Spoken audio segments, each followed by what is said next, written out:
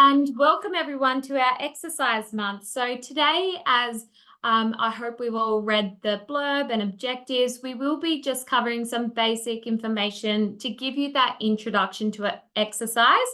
Next week and the following weeks, we do get a little more granular in terms of talking specific exercises, and the facilitators might get you moving a little bit in future webinars. So just letting you know that today's just covering some general theory here.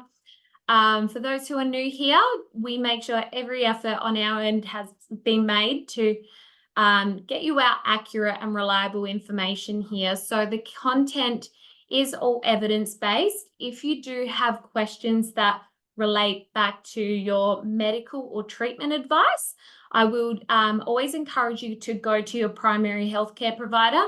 In saying that, again, we have lots of opportunities for questions here, and make sure that at the end you all have the chance to ask any or clarify anything we go over.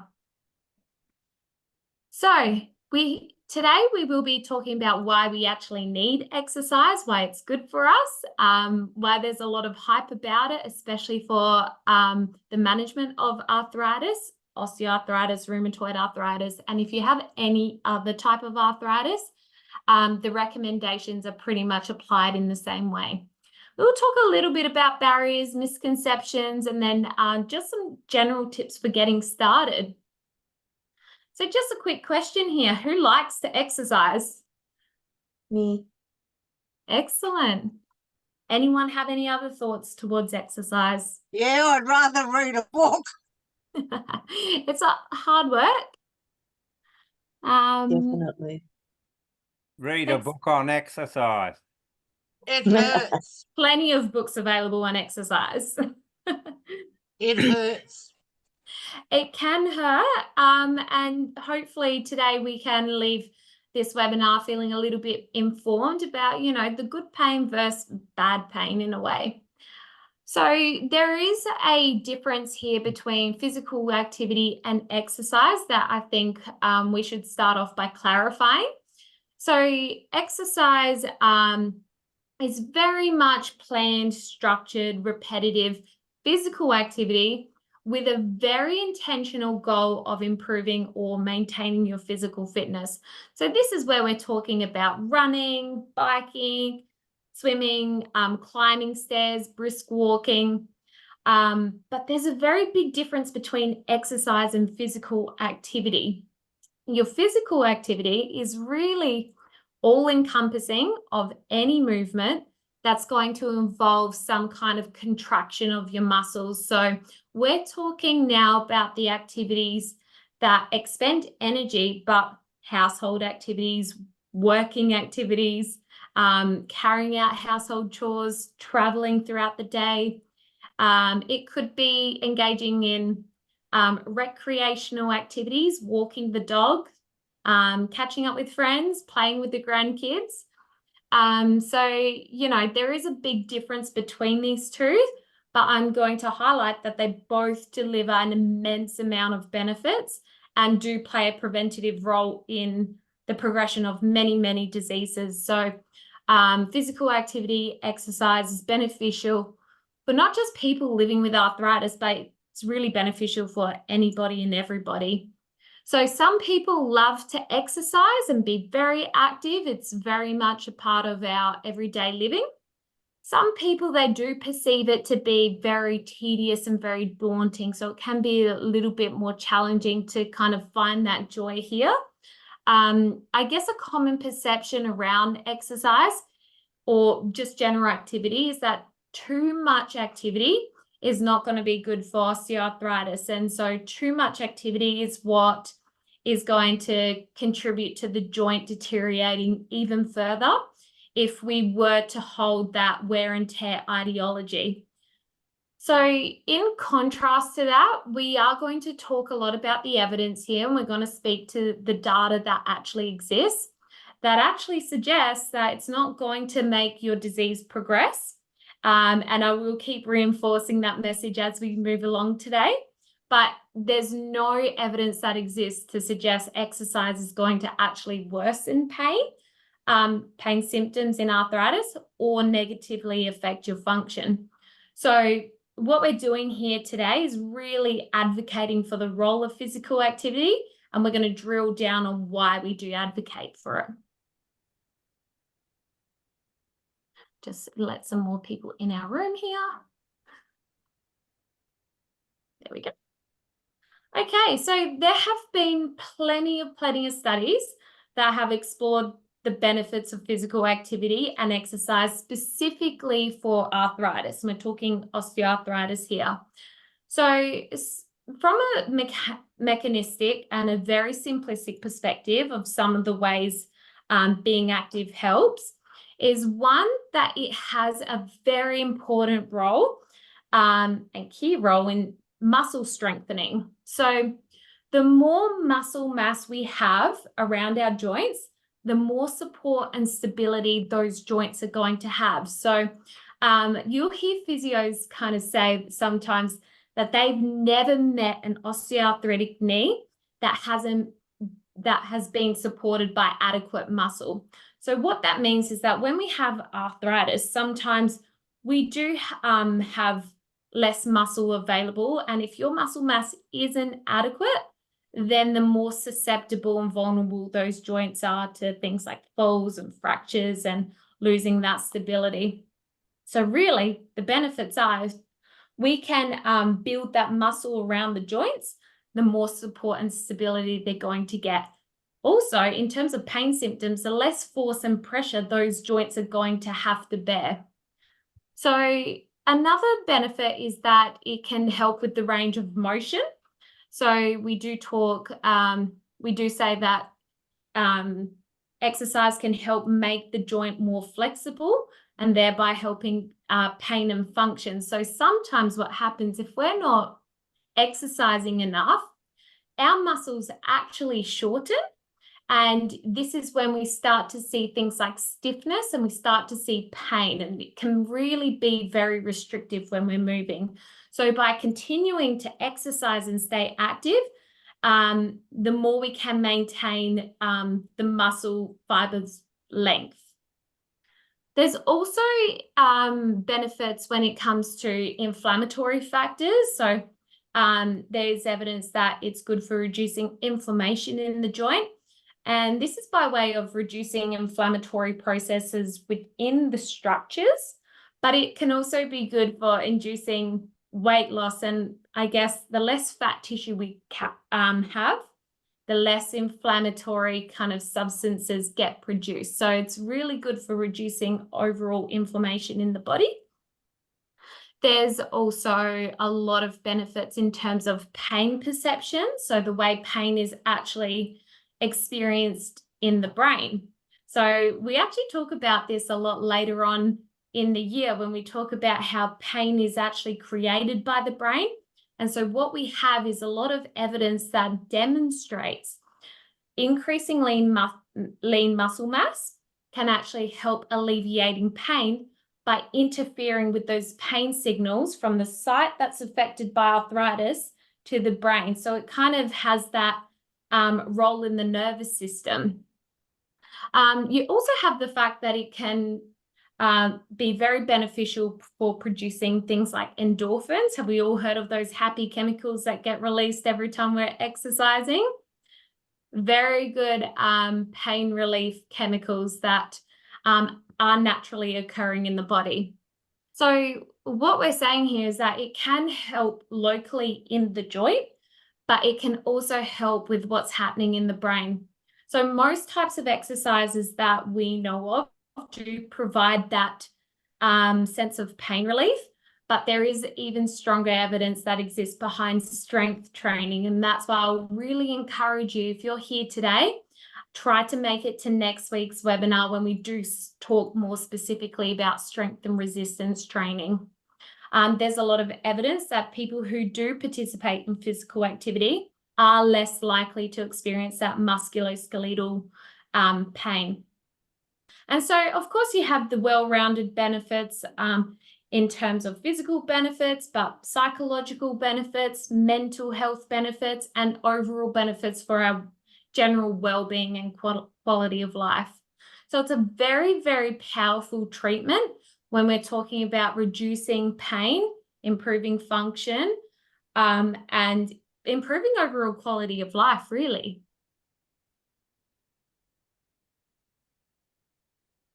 So there are a whole range of other benefits as well. So you'll hear a lot of people talking about, you know, you need to increase exercise, but this is pretty much why. There's a good rationale behind, you know, increasing regular activity. Usually, if osteoporosis or osteopenia is at a high risk for you, and it's something that you need to work on, you need to work on that bone density, we have evidence that exercise is one of the best things you can be doing to rebuild that bone tissue and, I guess, increase that bone density. It can help with reducing falls risks. It can help with improving unstable joints and help with increasing that stability. I guess in terms of muscles, we spoke about how it's going to strengthen the muscles, and I'm going to come back to this with a little bit more detail. But it can also help with, again, inducing things like weight loss, which is very important in long-term osteoarthritis management. We have a lot of evidence that maintaining a healthy weight is very powerful for improving pain symptoms, stabilizing the condition, and improving symptoms. We have cardiovascular benefits, benefits in terms of protecting against chronic diseases like type 2 diabetes, even dementia. Mental health, it's really effective for reducing anxiety, reducing stress levels, reducing risk of depression. And so what you're seeing here are a whole wide range of benefits that aren't just at the knee or the hips, but in terms of overall well-being and protection. So I'm going to play a little game here with everyone, and I'm going to bring up a poll. So on your screen, I want you to answer true or false to some of these following questions. Will exercise do further damage to my joints? Does pain come from the wearing down of cartilage? Will osteoarthritis worsen over time? And there's nothing we can do about knee pain.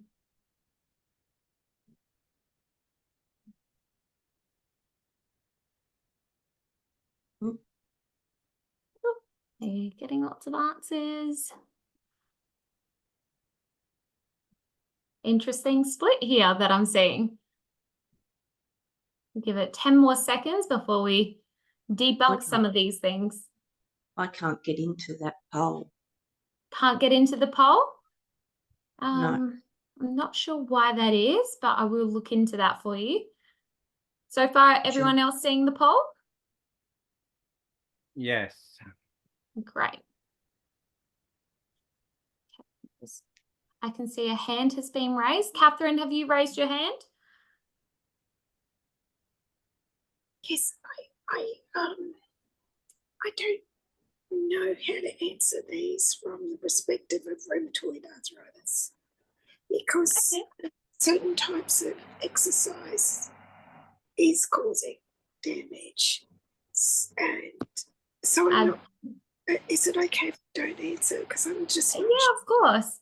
And we'll come back to that, Catherine, in terms of addressing this within the context of rheumatoid arthritis and other inflammatory types for that matter. Thank you very much. Okay, so the thing is, when we have this sense of fragility about ourselves, this is what one of the biggest things that can actually prevent us from doing the things we need to do to help us adapt, like exercise, for example. So a really big misconception is that exercise can be damaging to the joints, But really, the evidence doesn't show that to be the case. And in fact, if anything, it's going to reduce the risk. Exercise is considered very safe. And if you have osteoarthritis, the studies don't show that it's going to have any kind of negative effect on your joint structures. So we're talking about the bones, the cartilage, the ligaments, tendons, muscle. If anything, it's going to be more protective of our joints and also contribute to improving the composition and integrity of those joint structures, which I'll be able to highlight to you shortly. Another key message is that pain is experienced from arthritis. It's not necessarily to do with the structural changes you're going to be seeing in the joint. So we have a lot of evidence and research that says the changes you're seeing in the scans and x-rays are actually very poorly related to pain and disability. And so what's happening is structural changes can actually happen regardless of pain. So when we learn about what happens in the body when we're not exercising, we're fearing exercise and movement, or we have a poor diet or carrying excess weight, we know that pain can actually be a result of multiple things happening in the body. Exercise is actually proven to be a potent analgesic. So a lot of the data we have suggests that exercise can contribute to a 30% reduction in pain. And we actually have other data that exists in terms of, you know, the pain reduction that's experienced from taking opioid medications or taking Nurophens. It's the equivalent pain relief we actually get from taking those kind of pharmacological treatments. There's also a lot of evidence that suggests that when we are more nervous, we're anxious, scared, and this can be very common in people who are more apprehensive to exercise and increase activity levels. We have evidence that these things that aren't painful can be perceived as extremely painful. So there is the nervous system's involvement here. There's the brain and psychological factors that can contribute to pain. So it's suggesting here that pain goes beyond the physical, really. And so this is why it's really important we acknowledge those local systemic and psychological benefits that we just went through previously. So what I want to highlight is that exercise, it's a movement that causes stress to our body. So when we talk about stress gets all sorts of bad raps, but we're talking about the good kind here. So we're talking about the stress that involves our muscles to perform better, trains our bones to get stronger, helps our cartilage stay lubricated, and it's exercise that can lead to various adaptations in the body that help improve overall fitness, overall health, and help us become more resilient to those age-related changes that we often see.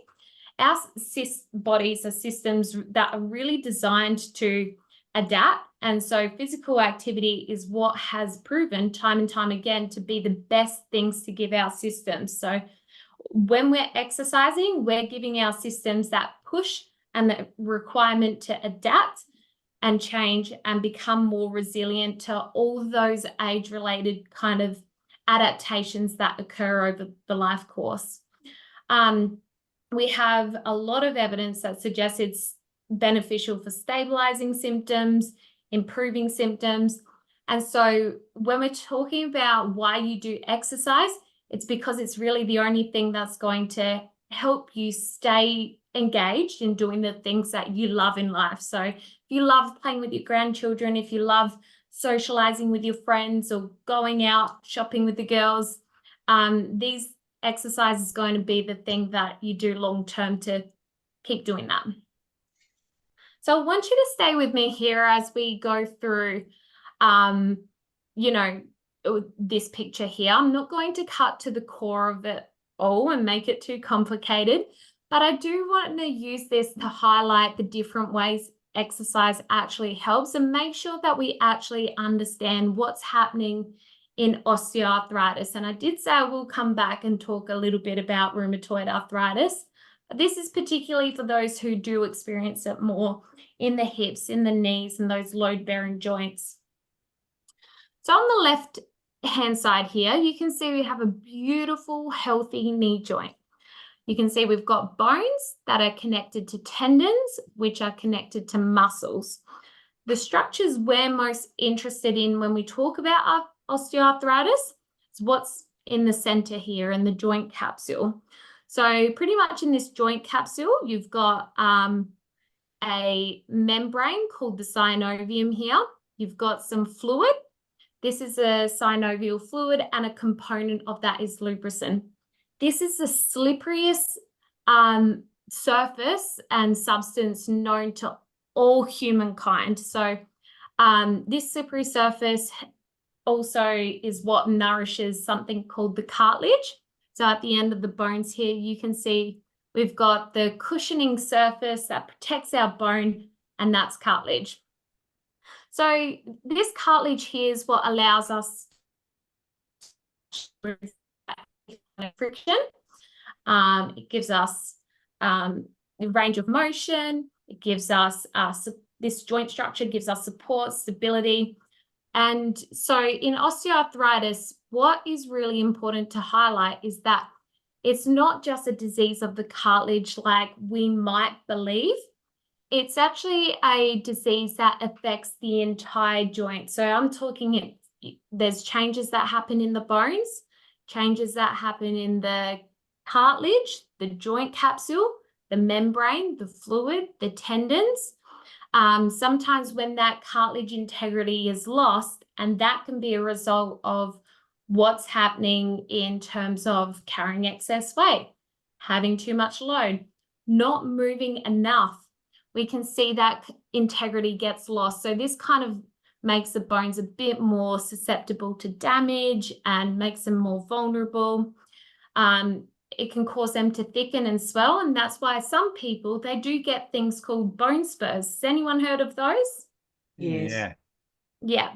So what I'm showing you here is that osteoarthritis, there's a lot of different things going on, but all these things you're seeing basically happens by a process of change. But this is the process we can actually influence. And so when we regularly exercise, it gets a lot easier to maintain the muscle above and below the knee. It helps strengthen the bones here and protect them against those changes we're seeing. It also helps lubricate the cartilage. Has anyone heard this analogy before? And I'm sure if you've been in my programs, you've heard this. Anyone heard of the sponge analogy? Nope. Nope. Yeah. Okay. No. So what, that's okay, first time for everyone. What's really important to understand about cartilage is that you can think of it being in this form where it's cushioning the bones, but you can think of it as a giant sponge. And this is because in osteoarthritis, the nutrients for the, forget osteoarthritis. Basically, your nutrients for the cartilage come from that synovial fluid that I showed you before. In order to deliver nutrients from the fluid to the cartilage tissue, it really needs compression and release. So we need fluid being pulled in and squeezed out constantly. And this is the mechanism that's vital for actually feeding those tissues. And it's vital for feeding the joint. When you're putting pressure on the joint, and this happens through activities like walking, exercising, cycling, the cartilage compresses, but then that pressure is released. So it's constantly bringing in fluid and releasing it. So when someone is inactive, what's happening is that the sponge isn't actually able to absorb any of that fluid. So the density and that concentration of the nutrients become less. And this is, again, highlighting why movement is so important, because it's really the only way we're going to get that, get those nutrients in and keep that tissue lubricated. This is what's going to allow us to keep moving without all those pain symptoms. So if you've had the idea that using the joint will wear it out, this is why we really go back and we say, forget wear and tear and forget that terminology. I want you to start replacing it with the ideas that, one, motion is lotion. You can also think wear and repair. You can also think load and grow. So it's really important when it comes to exercise, we're reinforcing these concepts and we're telling ourselves these things. So what does the best available evidence say so far? Really, according to our evidence, you'll see it across every international clinical guideline when it comes to osteoarthritis management, that exercise is the most effective non-drug treatment for reducing pain and improving movement in patients. And this also does apply for people with rheumatoid arthritis. So very recently, there was a review of 21 randomized controlled trials. And you would have heard me mention that these are the gold standard, highest quality research studies we can get. So this is a pretty good evidence base. And pretty much, unlike other research where the findings are very convoluted, these studies were very conclusive and they were very definitive when it came to confirming that exercise has a lot of positive effects on things like emotional well-being, self-reliance, reduced disability. It's even proven to help delay or completely reduce that need for joint replacement surgery. So in theory, regular exercise is actually one of those major management methods for osteoarthritis because of how it helps supply that nutrition to the tissue. It helps aid in joint repair. It helps improve those stalled regenerative processes that do naturally slow down as we get older. It improves joint mobility. It strengthens the muscles around the joints. It's there to provide, build that support around all those structural tissues I showed you a little bit earlier on. And we have results that confirm this. So for rheumatoid arthritis, a well-rounded exercise program is what's going to deliver the same kind of benefits.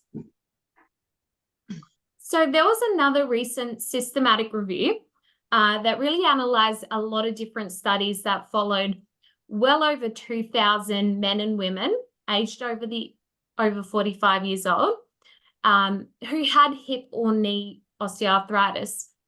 So this study specifically focused in on pain scores before and after an exercise intervention.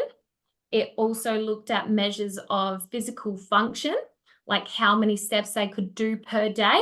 And this was before and after the intervention. They looked at how many steps they could actually do, how much mobility they had in the lower extremities. It also looked at their perceptions of exercise and their effects on pain and well-being alongside an exercise intervention. So there were a lot of things they were actually measuring here.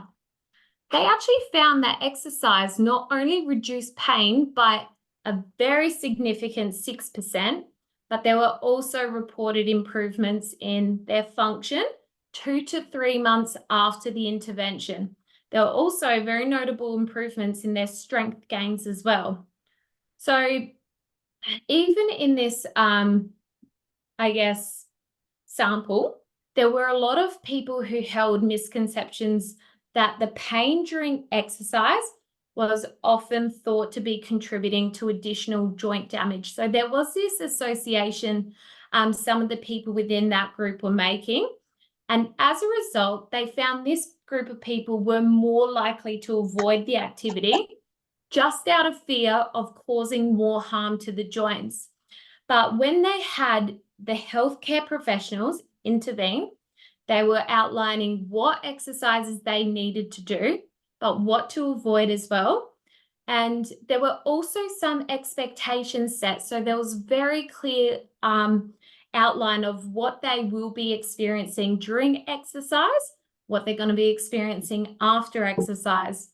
And through this, the participants actually became a lot more reassured that the exercise was safe for them it was beneficial. So not only did their beliefs and attitudes change towards exercise and their disease, they were also able to experience those benefits that we always talk about exercise can bring. So just to summarize this, it's pretty much reinforcing the very clear evidence that exists that people with osteoarthritis really need to be as physically active as possible. And it's proven to be the most effective non-drug treatment that you can actually be doing. Does anyone know the answers to this? How much do you, no, this is actually a question for you guys. How much do you do every day or week? Do you know how much you need to be doing every day or week? About half an hour a day. About half an hour a day? Mm. Yeah, good stuff. I do 10 laps in the pool, and that's me. And then 2 minutes on my exercise bike. Okay, so you count it by, I guess, the exercises you're actually doing. You set yourself a target and aim to achieve that. Yeah, I've been told to increase it to 3 minutes, but 2.5 is enough. Yeah, I guess there will be some variations for people as well. There's always going to be adjustments made to these guidelines. So pretty much all your guidelines you have right now recommend exercise irrespective of age, other conditions, pain, severity, disability. But despite how beneficial this exercise is, we know that only 10 to 15% of people living with arthritis are actually meeting these guidelines. So currently they're sitting at 150 minutes of moderate intensity exercise per week, or 75 minutes of vigorous intensity, or an equivalent combination per week. Can we get a copy of this? Because that'd be really good to have at home. So, because I'm a lot sedentary, but walking hurts, and yeah, I can't walk too far before I'm in pain. And okay, Gail, what we'll do is we'll hold that, and we're going to come back to that discussion, and we're going to open up the floor and continue that conversation, because I'm sure that's an experience that a few more people can actually relate to and build on. But those guidelines, they do translate to about 30 minutes 5 times a week, or 45 minutes 4 times a week. But not everyone's confident with exercise, or you haven't done it in a long time, or maybe we just don't know where to get started. This is where we say something is better than nothing. So you might be a bit more slower to get started, but you can absolutely pace yourself by starting small and gradually, and then eventually progressing your exercise. And again, that's where it's really beneficial to work alongside a health professional, like a physio or an exercise physiologist, who can work with you in building an appropriate exercise regime. So if you just want to start walking, 5 minutes are going to be way better than not doing any. And when you feel ready enough, you can challenge yourself to achieve 10 minutes. But this progression, it doesn't just happen overnight. It does take days, weeks, months for some. And if you do have a little bit of pain when you're moving, this is very normal. But what we want to say is that pain does not equal damage. This could be because you join. It's not a little bit of pain sometimes. It's a hell of a lot of pain. It can be a hell of a lot of pain for some. We're going to jump. I can't reach down to put my socks on, and I feel so embarrassed because my left leg is so immobile, and even because the osteo in my hip and my leg, and I feel terrible because I can't get bend all the way over to put my sock on my foot, and I feel useless. And then I end up just sitting there and crying my eyes out because I can't do anything. Yeah, we'll definitely come back to that, Gail, and we'll talk about that in more depth soon, especially in the context of pain. because again, that could happen to a lot of people. Some people's joints do get irritated with exercise, and it can take time to actually not only build up that threshold to pain, but you also do have to know your limits as well, because there is a big difference between the normal pain and then the pain that's associated with injury or overexertion. So this is why physios and exercise physiologists are there to actually guide you in that right direction.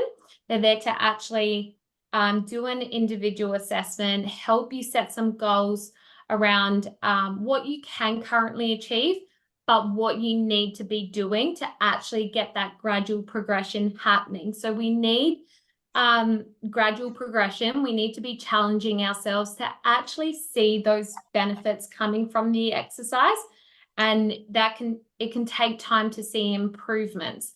But the thing is, exercise, it really needs to be adequately dosed, and that's why health professionals are there to figure out what that dose looks like. They're there to challenge you safely and appropriately. But we do always reinforce that pain does not equal damage for everyone. So that's something we need to always remember as well. If you're starting out as well, it's really best to exercise at the time of day where you have the least amount of pain or stiffness, whether that's first thing in the morning or later on in the evening, because this can help you get to know what those limits look like for you. My doctor told me to exercise when I'm doped up, because that way I don't feel the pain. That brings me to my next point exactly. So you can time it around your pain relief medication. If you find the stiffness or pain is too much, it's going to be getting in the way of you exercising. You can plan to do that exercise around when you take your pain relief and when you know it's going to be kicking in. So a common question that we get a lot is, which exercise should we actually be doing, and which ones are best for us? And so I guess here the research doesn't point to one over the other, and there are a lot of different forms of exercises that are beneficial, but the more variety we actually get, the better it is. So you can see here on this screen, we have 4 types of exercise. So we've got aerobic, resistance, flexibility, and balance. Aerobic exercise, very well known for its cardiovascular benefits. So if you've been told by the doctor you need to lower your blood pressure, you need to watch your cholesterol levels, this is where aerobic exercise is very helpful. Can also be very beneficial for weight loss as well, and reducing that load on arthritic joints. This type of exercise, it does include brisk walking, cycling, swimming. So imagine that exercise that really gets that heart rate up. But if those exercises aren't for you, this type of exercise can also be included in taking the stairs and not the lift. Maybe it's just getting off at the bus stop that's a few stations away from where you need to be going. So getting off the bus 1 to 2 stops earlier and walking for a little bit more. Resistance exercise is very well known for its strengthening benefits, building that muscle mass, maintaining it as well. As we get older, it can be really hard to actually maintain that muscle mass, but resistance training and applying load is the best things we can be doing for muscles, but also that cartilage that I was pointing out to you before. So strong muscles are very effective for actually reducing the force transmitted across your joints. So this is how it can indirectly help with your pain, improving function. It can provide support, improve your balance. And I'm not going to delve too much into this because Sean and Bree will be covering this in a lot of detail next week. Flexibility and balance exercises are different again. They're often recommended in the context of falls prevention. So again, is osteoporosis is something you have, or it's something that you need to watch because maybe your bone density is a little bit lower. This is where your flexibility and balance exercises are super beneficial. Again, very great for helping maintain length of muscle fibers. So They can stop restricting normal movement. But when those muscle fibers are shortened as well, it can lead to deterioration in our balance. And this is what makes us a bit more susceptible to falls and fractures and injuries. It can also lead to muscle imbalances that contribute to things like poor posture, gait abnormalities. It can lead to malalignment of the joints. So from a mechanical perspective, there's a lot of challenges with, losing our muscle length, but also losing that flexibility and balance. Now, all of these exercises are not always going to be needed in equal measures. And this is because they all have health benefits and they're needed in different volumes. But the good thing about this is that you can actually choose which exercise you prefer doing. But we do often highlight that aerobic and strength training are always going to be the better exercises for general health benefits and arthritis management. But then if you're having a bad day, you're having a flare-up in symptoms, because in rheumatoid arthritis, there's going to be ebbs and flows in disease activity. Sometimes you can't be doing those more vigorous activities, but maybe just engaging in something less intense and less rigorous, like flexibility or balance, like Tai Chi or yoga, you're still doing something good for your health. So really, there's no one answer here to which is going to be the best type of exercise to do for arthritis. It's just the more variety we get, the better it is going to be for us. And so for you personally, which is the best one to engage in, it's exercise that's personalized to you. It's something that actually aligns with your preferences, something you enjoy doing. It's something within your interests, but also your capabilities. So enjoyment, I always say, is really key to motivation. And then motivation is what plays a really, really important role in sustaining a consistent exercise routine. There's really no point in doing an exercise that you don't like doing or something you can't stick to. It needs to be something you actually find enjoyable, and will make it easier to stay motivated over the long term. Not only that, it should actually fit into your daily routine without causing any excessive stress or disruption. So we know that an exercise program is a lot more likely to be successful if it's going to be designed around you. So exercise is really only beneficial when you stick to it. So it's beneficial when you are consistent. And if you find something you like doing, or even if you can attach it to a daily habit or a daily routine, this is going to, I guess, make you more likely to keep it up. So I'm just going to throw out an example here. If you like to drink coffee in the early morning, you could always enjoy your coffee during a walk. So when your coffee is ready, just pouring it into a travel mug, heading out for your walk, sipping the coffee as you enjoy. And if you set a route and duration, whether it's 5 minutes, 10 minutes, 15 minutes, making this a part of your morning schedule, you'll see improvements come if you are consistent with that over the coming weeks. It should also take into account any kind of physical, psychological barriers that you may face. So I'm just going to jump to this slide here, because these seem to be very big challenges for many people. I'm sure some of these you might be able to relate to yourself.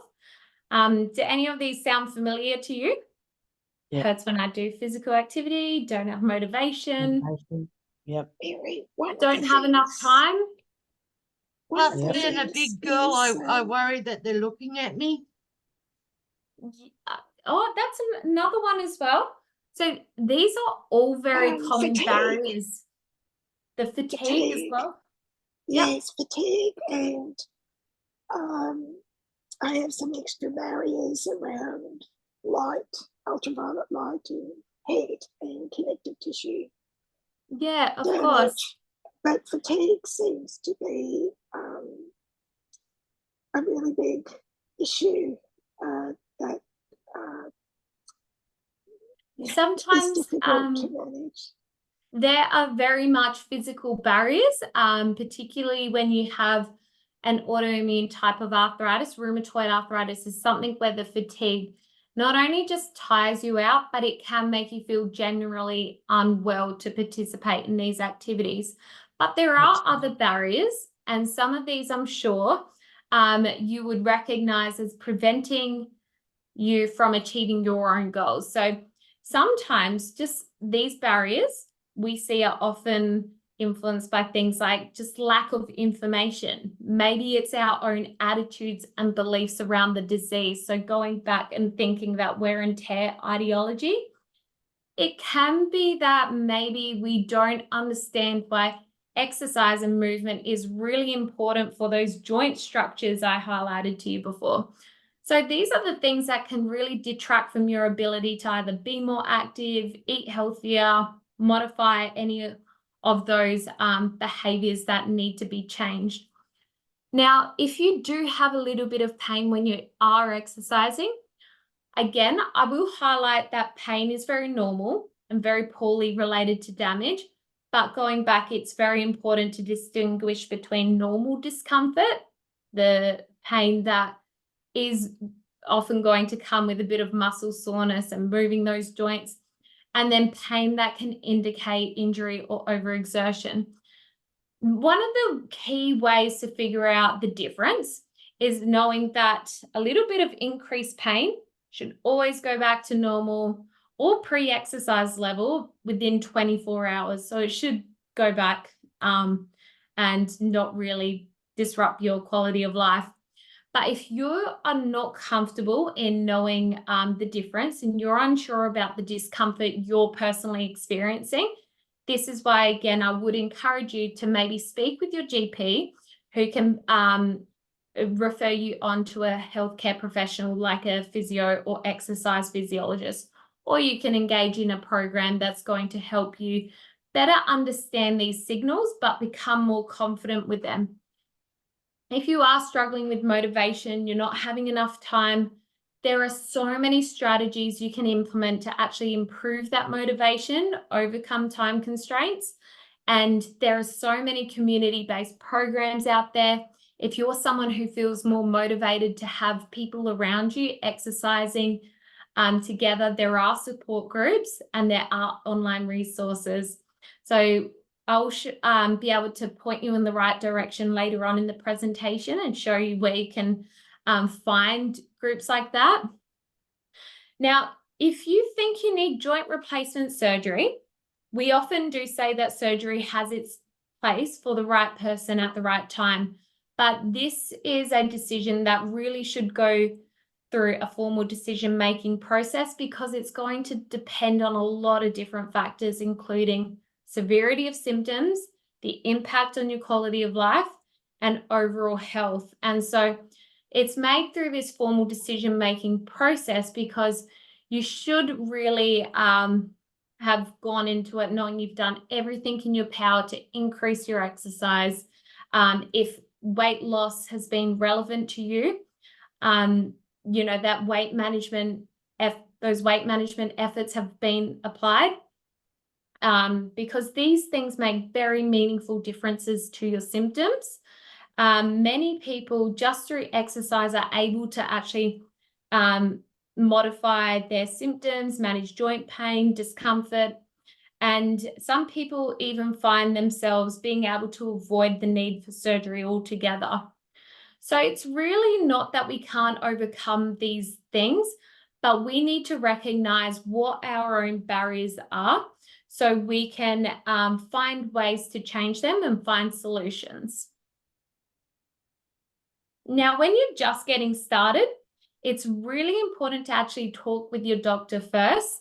And we know that exercise, physical activity is beneficial for us, but it's your doctor who's going to be able to give you the insights into your current health status, assess any potential risks associated with certain types of exercise, and offer personalized recommendations based on your medical history. So if they think you're going to benefit from seeing a physio or benefit from joining a program, this is where, you know, they can be really helpful and point you in the right direction. Some programs need a GP referral, so they'll be able to, you know, help you out there. Now, selecting low impact and non-impact activities. We don't ever exclude high impact activities, but if you're just starting out, this is where low impact exercises like walking, swimming, water-based exercises, maybe even cycling, can be really beneficial because it's going to help your body adjust, but also minimize any kind of risk of injury. The last thing you want when you're just starting out with an exercise regime is to injure yourself, which will set you back. So the idea really is to choose smart for longevity, but not to the detriment of your joints. So when you have any type of arthritis, long warm-ups, gradual cool-downs are going to help you avoid any additional joint pain. The purpose is really to improve circulation, increase temperature of muscles and joint structures, so your joints are less stiff.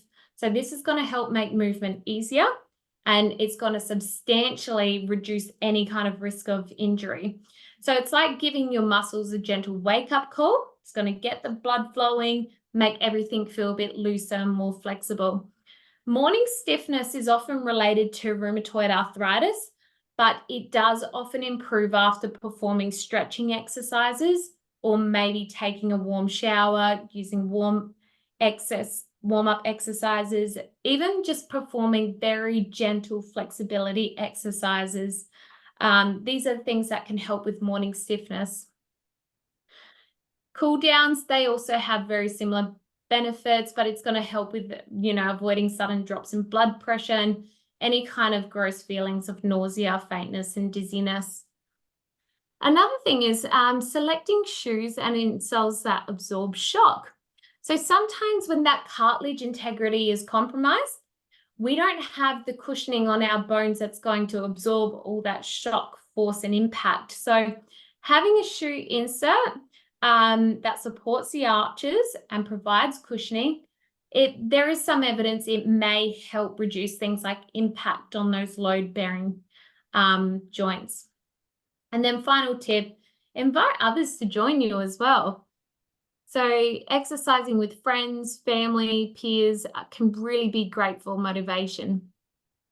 And we talk a bit about pacing and activity modification. For those who don't know what it is a strategy that frequently it's implemented to modify activities, mostly for people who live with long-term conditions like chronic pain, fibromyalgia, fatigue, or arthritis.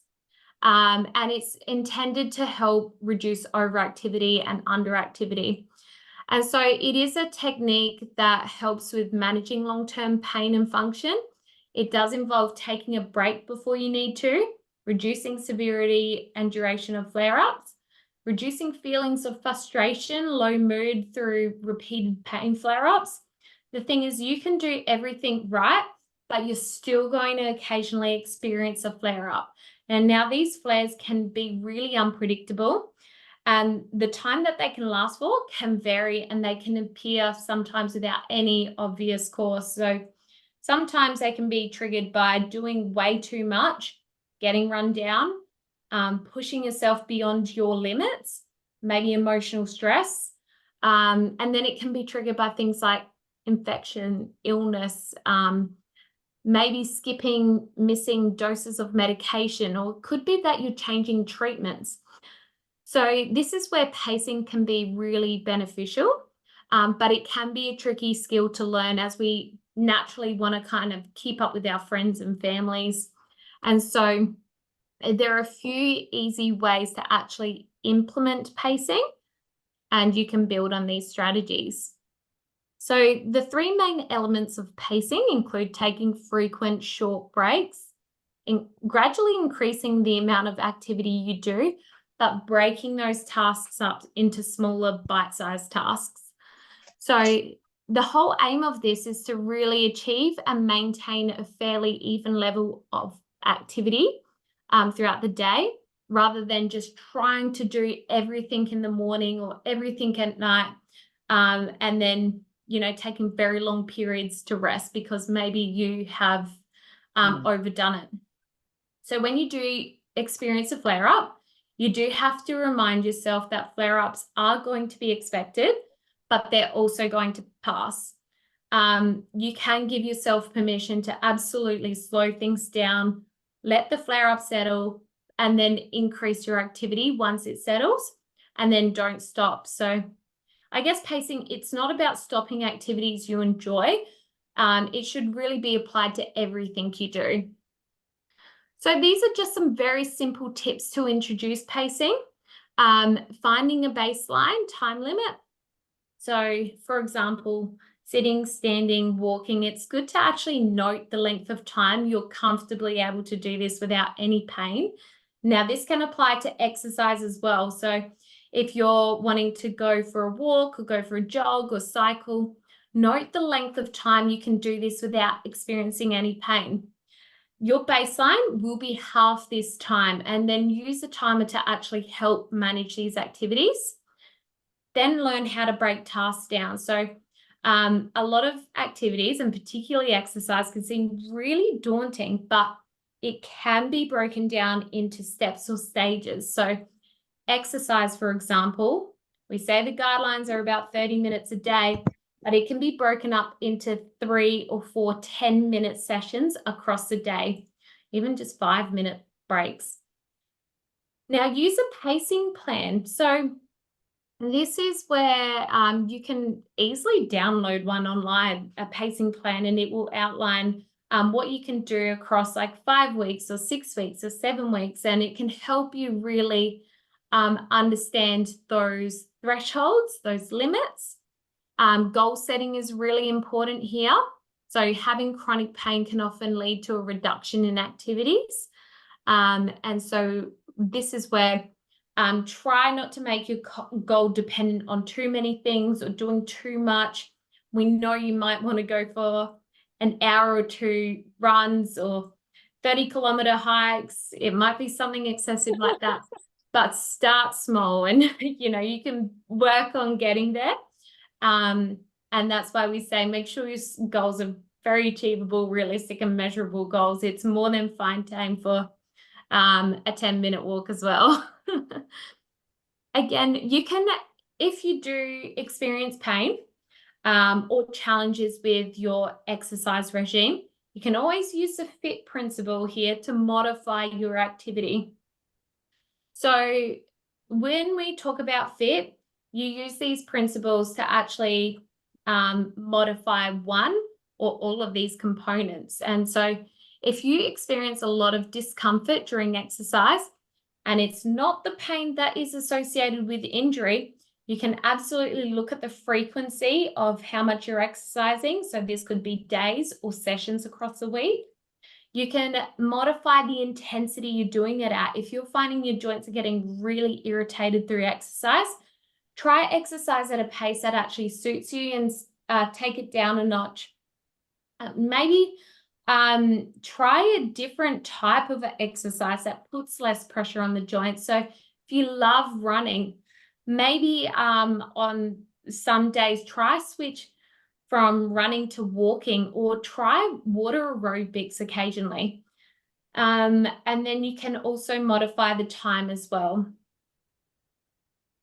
So we have a few programs, supports and services that can help achieve your exercise goals. If it's something you need to do and you need to increase, these are great starting points. Active and Healthy Australia are pretty much a non-profit organisation through the government, and they basically have a wide range of programs that can help you increase your activity levels. They're New South Wales based, and I'm not sure if there is something similar in Queensland. You can use the Exercise Physiology Association of Australia or the Australian Physiotherapy Association of Australia. And you can actually use the Find a Provider search bar to actually type in your postcode or your area you live in, and you'll be able to connect or see the providers who are within a close proximity, so you can start looking at speaking to them about your exercise goals. So just a quick summary here. Exercise can really benefit everyone with arthritis. It's essential for enhancing your joint health. Pain is not going to equal damage in most cases. And make sure you do explore modification strategies if it's going to be the thing that helps you improve and increase those fitness levels. So that brings us to the end of our session. I'm going to pause the recording here, and we're going to have some time for some questions now.